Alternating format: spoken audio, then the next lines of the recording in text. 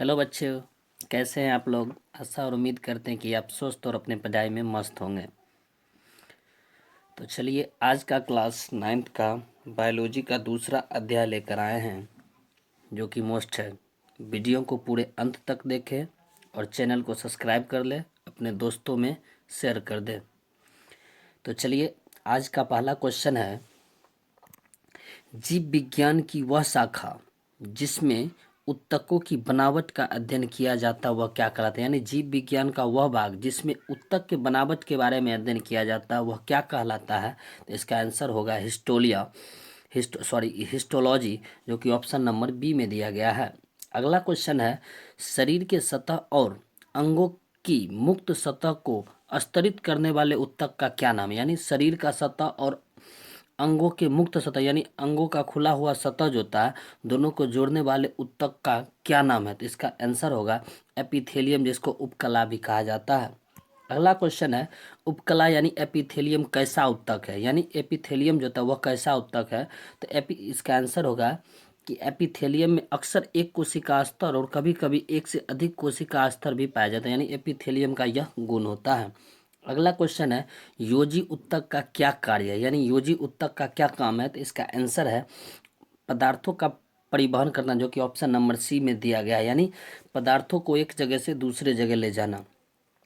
अगला क्वेश्चन है, उत्तक ऐसी कोशिका का समूह है जिसमें पाई जाती है। यानी उत्तक में कौन सी उत्तक ऐसी कोशिका का समूह है जिसमें पाए जाते हैं। उत्तक में क्या क्या पाया जाता है। तो इसका आंसर होगा ऑप्शन नंबर डी, समान उत्पत्ति, संरचना एवं क्रिया, ये सभी उत्तक में पाए जाते हैं। अगला क्वेश्चन है, विभुज उत्तक ऐसा उत्तक है जिसमें पाया जाता है। यानी उसके गुण, विभुज उत्तक के गुण के बारे में बताना। तो इसका आंसर होगा ऑप्शन नंबर डी, उपरोक्त में से सभी गुण विभुज उत्तक में पाए जाते हैं। यानी विभाजनशील कोशिकाएं पाई जाती है विभुज उत्तक में। उसके बाद कोशिका भित्ति पतली और अंतःकोशिकीय रिक्त स्थान का अभाव होता है। यानी विभुज उत्तक में अंदर के स्थान जो होते हैं थोड़ा कम होता है। अगला क्वेश्चन, इसी में अगला गुण दिया है, कोशिका दर्भ सघन, यानी कोशिका दर्भ काफी गाढ़ा होता है और एक बड़े केंद्रक से युक्त होता है। यानी और बड़े केंद्रक में जुटा होता है। अगला इसका क्वेश्चन है, पौधे के अक्ष की लंबाई में वृद्धि किसके कारण होता है। यानी पौधे की जो अक्ष, ऊपरी भाग की जो लंबाई बढ़ती है किसके कारण बढ़ती है। तो इसका आंसर होगा इंटर कैलोरी विभोज्य उत्तक के कारण। यानी ऑप्शन नंबर बी में जो दिया गया है, इंटर कैलोरी विभोज्य उत्तक, जो पौधे की लंबाई को, ऊपरी सतह की लंबाई को बढ़ाता है। अगला क्वेश्चन है, घास के तने की लंबाई में वृद्धि किसके कारण होता है। यानी घास का तना जो बढ़ता है वह किसके कारण बढ़ता है। तो इसका आंसर होगा इंटर कैलोरी विभोज्य उत्तक। अगला क्वेश्चन है, कॉर्क कैम्बियम का उदाहरण, यानी कॉर्क कैम्बियम का उदाहरण इसमें से कौन है। तो इसका आंसर होगा कॉर्क कैम्बियम जो उदाहरण है किसका उदाहरण है। तो पार्श्व विभोज्य उत्तक का कॉर्क कैम्बियम उदाहरण है, जो कि ऑप्शन नंबर ए में दिया गया। अगला क्वेश्चन है, इनमें से किन पौधों में एरेनकाइमा पाया जाता है। यानी जो ऑप्शन दिया गया, कौन से पौधे में एरेनकाइमा पाया जाता है। तो इसका आंसर होगा जल में पलवन करने वाले पौधे, जो कि डी में दिया गया। यानी जल में जो पौधा बढ़ता है उसमें एरेनकाइमा पाया जाता है। अगला क्वेश्चन है, पौधे में फ्लोएम यह कार्य करता है। यानी पौधा में जो तो फ्लोएम जो होता है कौन सा कार्य करता है। तो इसका आंसर होगा ऑप्शन नंबर बी, आहार का चालन करना, यानी भोजन को एक जगह से दूसरे जगह पहुंचाना।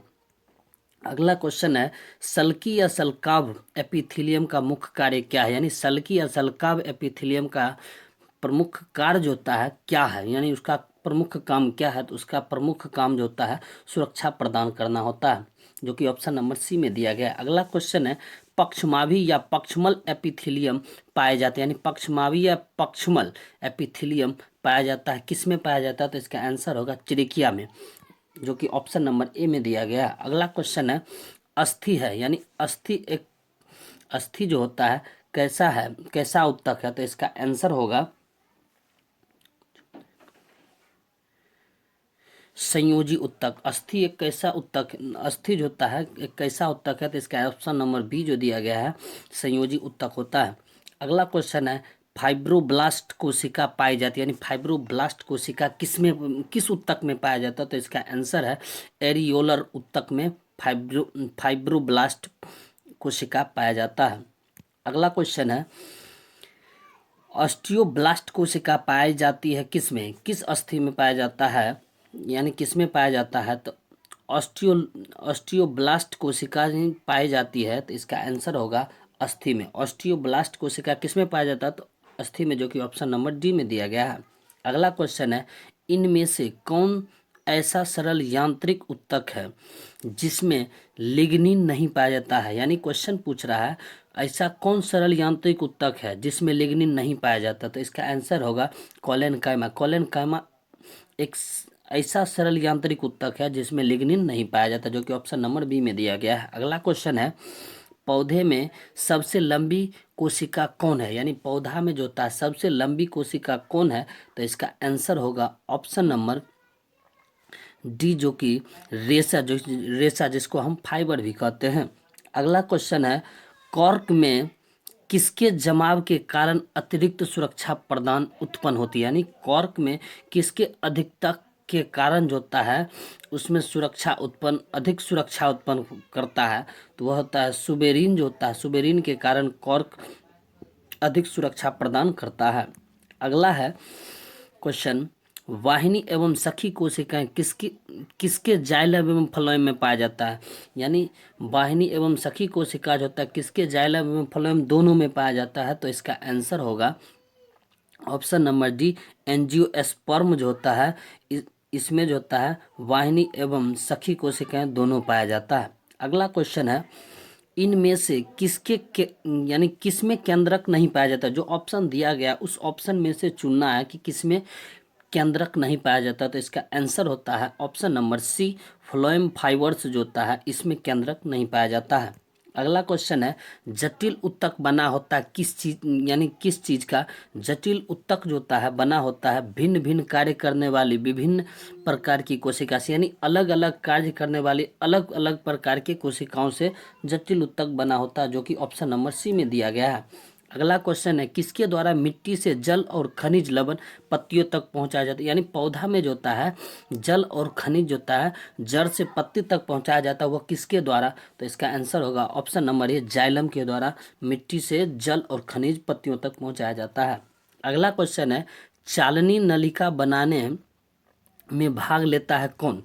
यानी चालनी नालिका को बनाने में कौन भाग लेता है? तो इसका आंसर होगा ऑप्शन नंबर डी, यानी फ्लोएम जो होता है चालनी नालिका को बनाने में भाग लेता है। अगला क्वेश्चन है सहकोशिका पाई जाती है किसमें? यानी सहकोशिकाएं जो होती है किसमें पाई जाती है? तो सहकोशिकाएं जो होता है फ्लोएम में पाया जाता है, जो कि ऑप्शन नंबर ए में दिया गया। अगला क्वेश्चन है केंद्रक अनुपस्थित रहता है किसमें? यानी केंद्रक जो होता है किसमें नहीं रहता है, इस ऑप्शन से चुनना है। तो इसमें जो होता है ऑप्शन नंबर सी, वयस्क चलनी नालिका में केंद्रक अनुपस्थित रहता है, यानी केंद्रक इसमें नहीं रहता है। अगला क्वेश्चन है ट्रेकिया पाया जाता है किसमें? यानी ट्रेकिया जो होता है किसमें ट्रेकिड्स पाए जाते हैं किसमें? तो ट्रेकिड्स जो पाए जाते हैं जाइलम में ट्रेकिड्स पाए जाते हैं, जो कि ऑप्शन नंबर ए में दिया गया है। अगला क्वेश्चन है शरीर का बाहरी और भीतरी रक्षक आवरण बने होते हैं किस चीज का, यानी किस ऊतक का? तो इसका आंसर होगा एपिथेलियम ऊतक। यानी कहने का अर्थ हुआ क्वेश्चन में दिया गया है कि शरीर के बाहरी और भीतरी रक्षक आवरण बने होते हैं, यानी शरीर के बाहर से रक्षा करने वाले और अंदर से रक्षा करने वाले जो आवरण बने होते हैं वह किस ऊतक का बना होता है? तो इसका आंसर होगा ऑप्शन नंबर बी, एपिथेलियम ऊतक का बना होता है। अगला क्वेश्चन है ट्रेकिया और अंडवाहिनी में पाए जाने वाले ऊतक कौन है? यानी ट्रेकिया और अंडवाहिनी में जो पाया जाता है ऊतक वह कौन सा ऊतक है? तो इसका आंसर होगा ऑप्शन नंबर बी, पक्ष्मल एपिथेलियम। अगला क्वेश्चन है कॉन्ड्रियोब्लास्ट जो होता है कॉन्ड्रियोब्लास्ट कोशिकाएं किस ऊतक में पाई जाती है? कॉन्ड्रियोब्लास्ट कोशिकाएं जो होती है कौन सी ऊतक में पाई जाती है? तो इसका आंसर होगा ऑप्शन नंबर सी, उपास्थि में जो होता है कॉन्ड्रियोब्लास्ट कोशिका पाया जाता है। अगला क्वेश्चन है रक्त है एक कैसा पदार्थ है? तो इसका आंसर होता है ऑप्शन नंबर ए, रक्त एक तरल संयोजी ऊतक होता है। ठीक है। अगला क्वेश्चन है जाइलम जाइलम में कौन सजीव घटक है, यानी जाइलम में जो होता है कौन सजीव की तरह कार्य करता है, तो इसका आंसर होगा ऑप्शन नंबर सी, यानी रेशा जो होता है जाइलम में सजीव घटक की तरह कार्य करता है। अगला क्वेश्चन है, म्यूसिलेज टैनिन और रेजिन उत्पन्न करने वाले उत्तक को क्या कहा जाता है, यानी म्यूसिलेज टैनिन और रेजिन जो बनाने वाले उत्तक को क्या कहा जाता है, तो इसका आंसर होगा ऑप्शन नंबर बी, ग्रोंथिल ग्रोंथिल उत्तक कहा जाता है, जो कि ऑप्शन नंबर बी में दिया गया। अगला क्वेश्चन है, दो अस्थियों को आपस में जोड़ने वाले रेशेदार उत्तक का क्या नाम है, यानी दो अस्थि यानी दो हड्डी हड्डी को ही अस्थि कहा जाता है। दो अस्थि को आपस में जो जोड़ने वाली रेशेदार उत्तक होता है उसको उसका क्या नाम है, तो उसका नाम होता है एक्सॉन नाम होता है, जो कि ऑप्शन नंबर सी में दिया गया है। अगला क्वेश्चन है, श्वेत रेशेदार उत्तक का निर्माण किससे होता है, यानी श्वेत रेशेदार उत्तक का जो बनता है वह किससे बनता है, तो इसका आंसर है ऑप्शन नंबर ए, कोलाजोन, जो ऑप्शन नंबर ए में दिया गया है, कोलाजोन। अगला क्वेश्चन है, मृदुत्तक की कोशिकाओं के बीच पाए जाते हैं, यानी मृदुत उत्तक कोशिकाओं के बीच पाया जाता है, क्या बीच में पाया जाता है, तो इसका आंसर होगा ऑप्शन नंबर ए, अंतर कोशिकीय स्थान पाया जाता है। इस मृदुत उत्तक कोशिकाओं के बीच में जो था अंतर कोशिकीय स्थान पाया जाता है।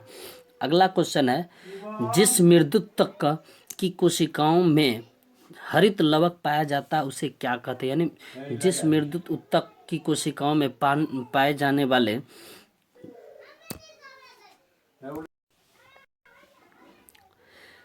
जिस मृदुत्तक कोशिकाओं में हरित लवक पाया जाता है उसे क्या कहते हैं, तो इसका आंसर होगा ऑप्शन नंबर बी, यानी कोलेरन काइमा इसको कहा जाता है। जिस मृदुत उत्तक में हरित लवक पाया जाता है उसको क्या कहा जाता है, तो उसे जो होता है कोलेरन काइमा कहा जाता है, जो कि ऑप्शन नंबर बी में दिया गया है।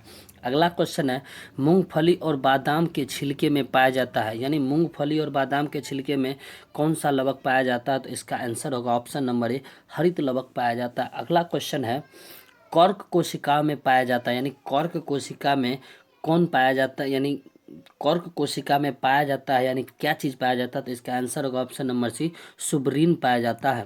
अगला क्वेश्चन है, उपास्थियों में कौन सी कोशिका पाई जाती है, यानी उपास्थियाँ जो होता है उसमें कौन सी कोशिका पाई जाती है, तो इसका आंसर होगा ऑप्शन नंबर सी, लिम्फोसाइट्स कोशिका जो होती है पाई जाती है। अगला क्वेश्चन है, रक्त प्लाज्मा से फाइब्रिनोजेन के निष्कर्षण के बाद क्या बनता है, यानी रक्त प्लाज्मा से फाइब्रिनोजेन का निष्कर्षण कराने के बाद वह क्या बनता है, तो इसका आंसर होगा ऑप्शन नंबर बी, यानी सीरम बनता है। जब रक्त प्लाज्मा को फाइब्रिनोजेन से निष्कर्षण करवाइएगा तो वह सीरम बनता है। अगला क्वेश्चन है, इनमें से कौन एक रक्त कोशिका है, यानी एक रक्त कोशिका ऑप्शन देखना है और इसमें से कौन एक रक्त कोशिका है, तो इसके ऑप्शन के according option number C, thrombocytes जो होता है यह रक्त कोशिका कहलाता है। तो चलिए यहीं पर आज का वीडियो समाप्त होता है। अच्छा लगा हो तो वीडियो को लाइक करें, शेयर करें और चैनल को सब्सक्राइब करके अपने दोस्तों में शेयर कर दें। धन्यवाद।